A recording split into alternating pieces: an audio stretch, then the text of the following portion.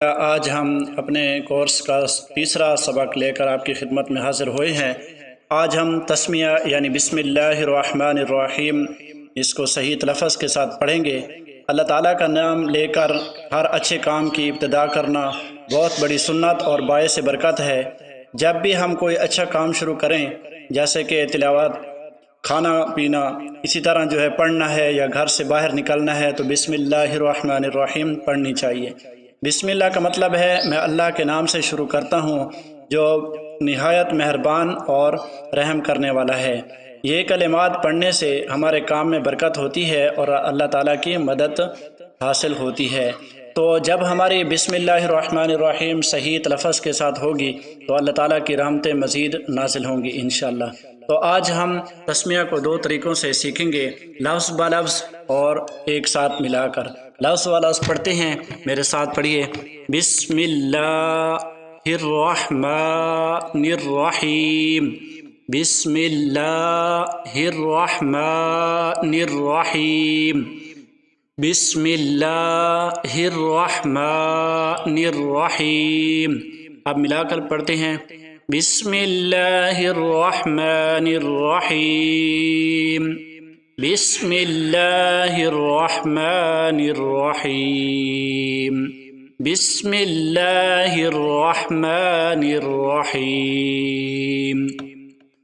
آج کی سنت، کھانا ہمیشہ سیدھے ہاتھ سے کھائیں اور پیتے وقت بھی سیدھا ہاتھ استعمال کریں، یعنی جو بھی اچھا کام ہو ہاتھ سے کرنا ہو تو وہ سیدھے ہاتھ سے کریں، ٹھیک ہے جی۔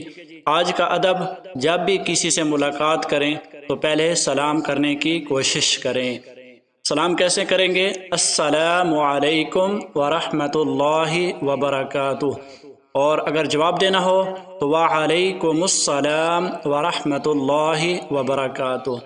آج کا ہوم ورک یہ ہے کہ بسم اللہ الرحمن الرحیم کم از کم 10 مرتبہ صحیح تلفظ کے ساتھ پڑھیے اور اپنے والدین یا استاد کو ضرور سنائیے اور مشق کریں، ٹھیک ہے۔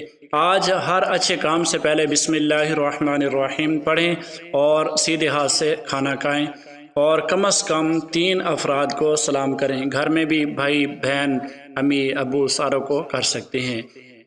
اگر آپ کو اس سبق یا کورس کے بارے میں کسی بھی قسم کی رہنمائی درکار ہو تو درج ذیل نمبر پر آپ رابطہ کر سکتے ہیں۔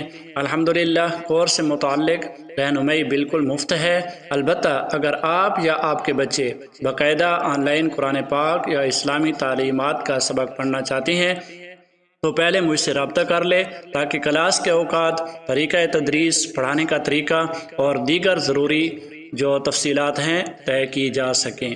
انشاءاللہ اگلی کلاس میں ہم حروف تہجی اور ان کے نقطوں کی پہچان کریں گے، کیونکہ جب تک ہمیں حروف کی سمجھ نہیں آئے گی، ان کے نقطوں کی سمجھ نہیں آئے گی تو ہم آگے قرآن شریف نہیں پڑھ سکیں گے، نہیں سمجھ سکیں گے۔